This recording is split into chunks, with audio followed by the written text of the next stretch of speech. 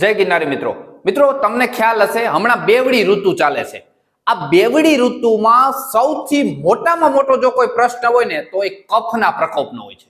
મતલબ કે લોકોને શું થાય છે ખબર, કાં ગળું બરે છે, બરાબર, કાં શરદી ઉધરસ, એમાં એક ખાસ સૂકી ઉધરસ અત્યારે આમ જોઈએ તો ઘેર ઘેર થઈ ગઈ છે, બરાબર, આંખોમાં બળતરા, માથું દુખવું, બરાબર, ગળું ડૂસ થઈ જવું, આવા ઘણા બધા નાના એવા પ્રશ્નો છે માણસોને, પણ કોઈ તમારે ગભરાવાની જરૂર છે નહીં, બરાબર। એના ઉપરનો બેસ્ટ ઉપાય શું ધ્યાન રાખવું અને શ્રેષ્ઠમાં શ્રેષ્ઠ ઉપાય હું તમને આજે બતાવીશ, બરાબર।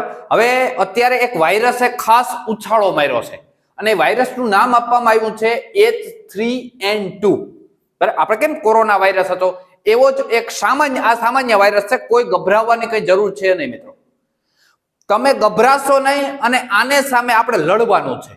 મતલબ કે આજ છે એવું નથી કહેતો, પણ શરદી ઉધરસ તાવ કે સૂકી ઉધરસ હોય, હું તમને એક પ્રયોગ બતાવું, એ પ્રયોગ પ્રમાણે તમારે ચાલવાનું છે, પૂરું તમારે ગાયબ થઈ જશે આ બધું, બરાબર। આવા શ્રેષ્ઠ ઉપાયો આપવાનો છું આજે, ખાસ વિડીયો અંત સુધી જોજો।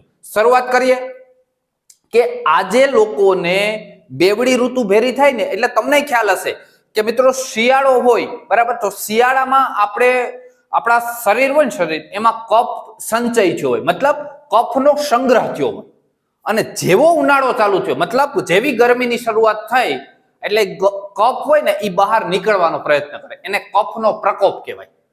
બહાર નીકળશે એટલે તમને આવું થશે, જો ગળામાં બળતરા થશે, રેડી, મોટા ભાગના આવો પ્રશ્ન હશે। બીજું કે ઉધરસ, એમાંય અત્યારે ખાસ સૂકી ઉધરસ બહુ છે, હું તમને જે પ્રયોગ બતાવું છું એ સૂકી ઉધરસ માટેનો બેસ્ટ રહેશે। અને ગળામાં દુખવું, આંખોમાં બળતરા અને કફ અને શરદી, આ બધા સામાન્ય લક્ષણો H3N2 ના પણ છે, એટલે એવું કઈ નહીં, મતલબ મગજમાં બહુ નહીં લેવાનું કે ઓહો આ રોગ છે ને આવું થશે, કઈ નહીં, ગભરાવાની કઈ જરૂર, આપણે એના સામે લડવાનું છે, રેડી। હવે આવા લક્ષણો તમને જ્યારે જોવા મળે, એટલે એવું જ નથી કે આવા લક્ષણો હોય એટલે કે H3N2 હોય, આ તો સામાન્ય આમ કહેવાય કે હજારો વર્ષથી આ પ્રક્રિયા ચાલુ છે।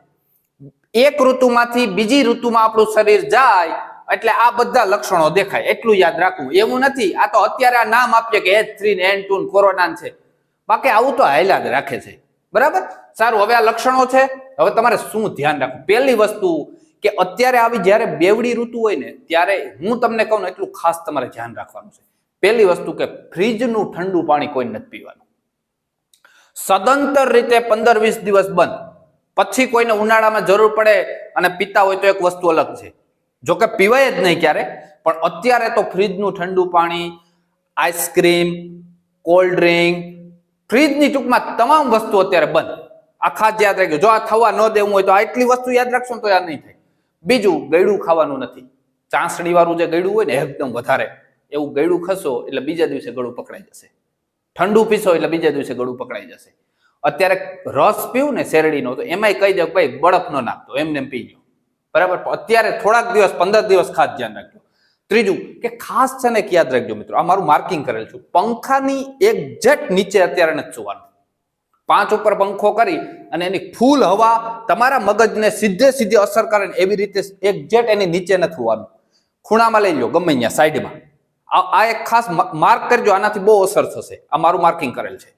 ચોથી, તેલ વાળું, અતિશય તેલ વાળું ખાશો, બરાબર, તો પણ તમારું ગળું પકડાઈ જાય તરત, રેડી। અને મેં પહેલા જ કહી દીધું, સોડા આઈસ્ક્રીમ ઠંડુ કંઈ ખાવાનું નથી, આ એટલું તમારે ધ્યાન રાખવાનું છે, બરાબર। ધ્યાન રાખશો એટલે આ લક્ષણો તમને જોવા નહીં મળે।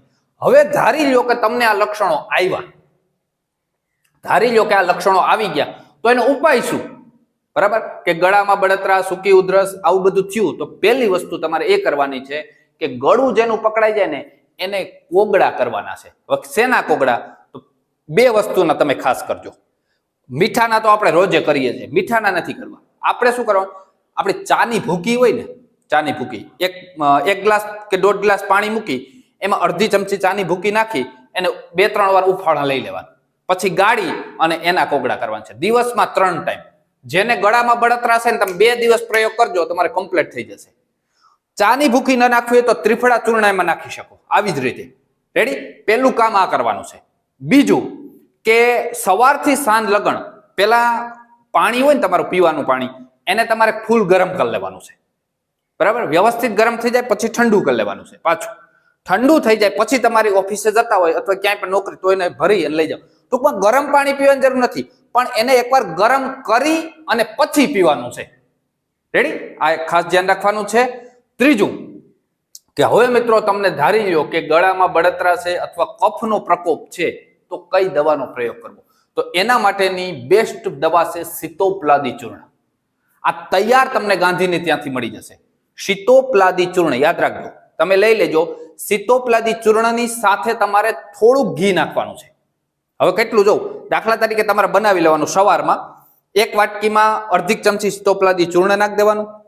પછી એમાં એક ચમચી અડધી ચમચી ગાયનું ઘી નાખી દેવાનું, અથવા ભેંસનું નાખે તો વાંધો નહીં, ગમે ઘી નાખી દેવાનું. અડધી ચમચી ઘી, તો સામે એક ચમચી મધ નાખવાનું છે.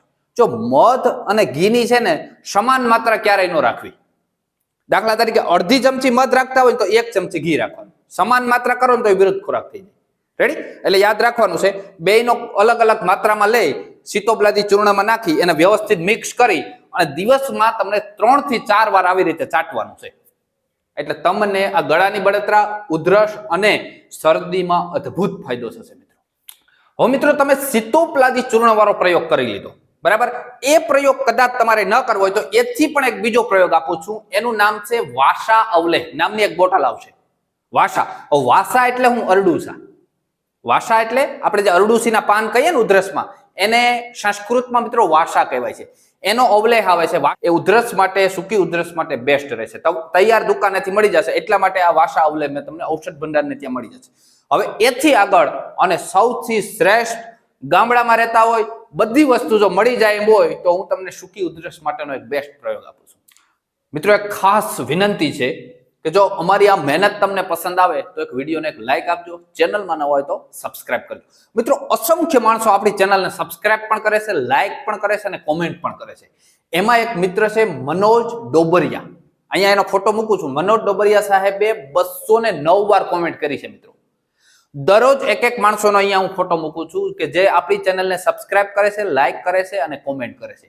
એને હું દરરોજ યાદ કરીએ છીએ. એટલે તમે પણ દરરોજ એક સારી કોમેન્ટ, લાઈક કરો, સબસ્ક્રાઇબ કરો અને અન્ય મિત્રોને જરૂર શેર કરજો મિત્રો, જેથી આપણા આયુર્વેદનો લાભ થાય. ખૂબ ખૂબ આભાર મિત્રો. તમારે શું કરવાનું? કંટકારી લેવાની છે. કંટકારી એટલે હું ભોય રીંગણી, આપણે ભો રીંગણી કહીએ છીએ. હું અહીંયા એક વિડીયો મૂકું છું, ખાસ જોઈ લેજો, બધા ઓળખતા જ હોય છે. એના તમારે 4 પાન લઈ લેવાના, ખાલી કાંટાવાળા. કેટલા પાન? 4. આમ તો પંચાંગ લઈ શકીએ, આખો છોડ ઉખેડીને આપણે લઈ શકીએ, પણ અહીંયા હું તમને ખાલી 4 પાનનું કહું છું. 4 પાન એના, 4 પાન અરડુસીના. રેડી? યાદ રાખજો, માત્ર 4 પાન અરડુસીના, 4 પાન ભો રીંગણીના. રેડી? આખા મોટા કાંટાવાળા પાન હશે.